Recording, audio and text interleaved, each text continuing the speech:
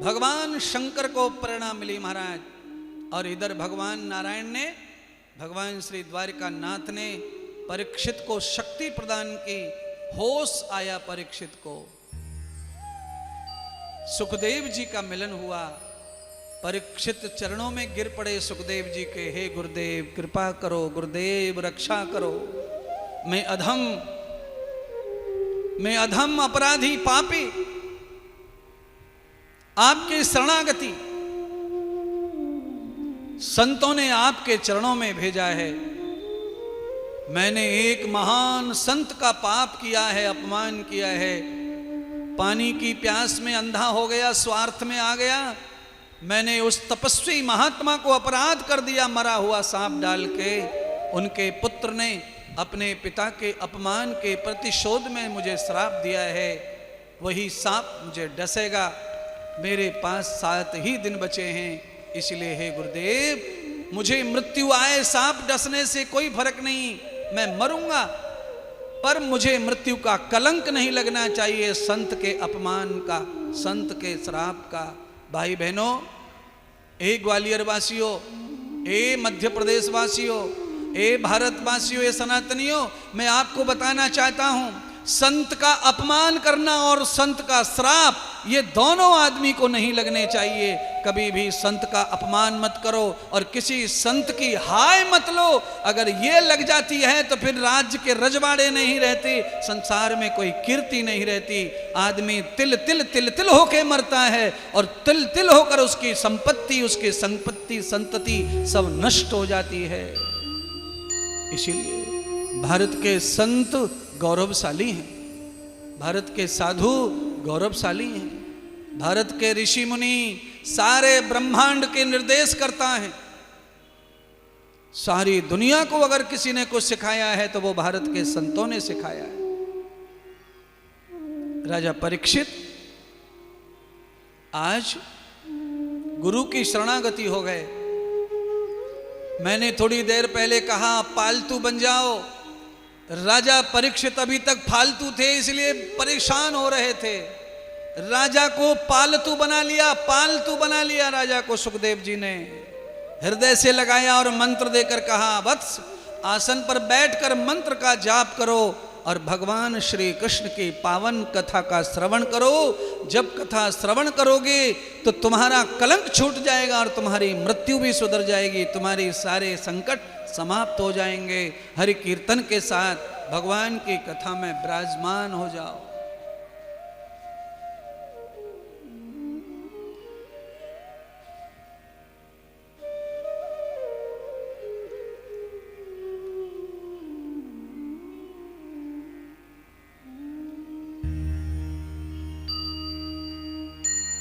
भगवान सुखदेव जी ने बालक को बिठा दिया महाराज।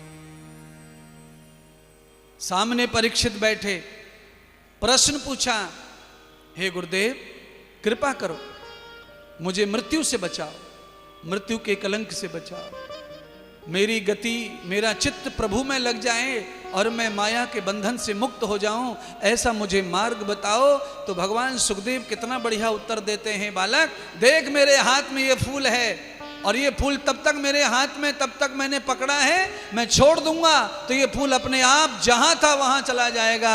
अरे माया ने तुझे जब तक पकड़ा है, जब तक तू माया में है, जिस समय तू माया को छोड़ेगा माया मायापति में चली जाएगी और तू जीव है, तू ब्रह्म में प्रवेश हो जाएगा, क्योंकि तू अंश ब्रह्म का है।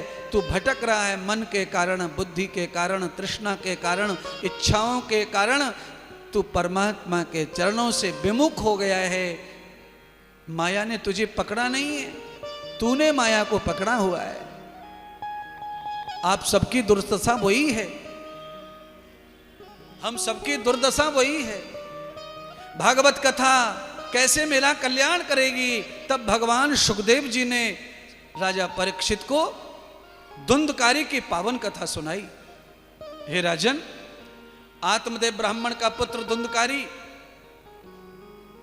पाप योनि में चला गया, माता पिता का अपमान किया, संपत्ति का हरण किया, जुआ, सट्टा, वैश्या, ये पढ़ाई के समय विद्यार्थी काल में ही ये बुरी आदतें आ गईं।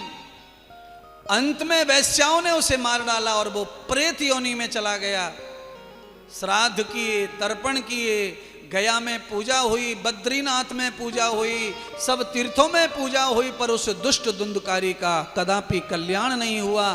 श्राद्ध फेल हो गए, तर्पण फेल हो गए, सरस्वती फेल हो गई, गंगा फेल हो गई, उसे मुक्त नहीं कर पाई, क्योंकि ऐसा पातक लग गया था।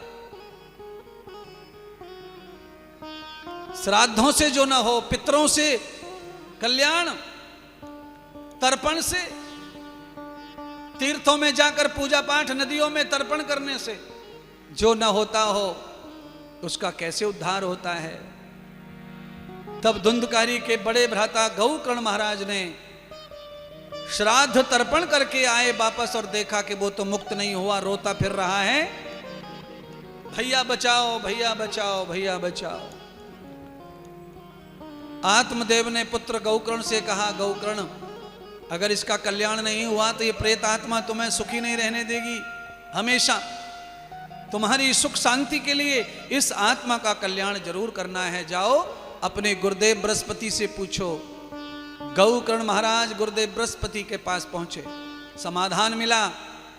हे गौकर्ण, घर जाकर के सुंदर से गाय के गोबर से चौका लगाओ, अपने आंगन में बांस की लकड़ियों से सुंदर मंडप सजाओ और देवताओं की स्थापना करके अपने भ्राता गौकर्ण के प्रेत आत्मा को बांस में स्थापित करो, उसका चित्र लगाकर उसे कथा सुनाओ।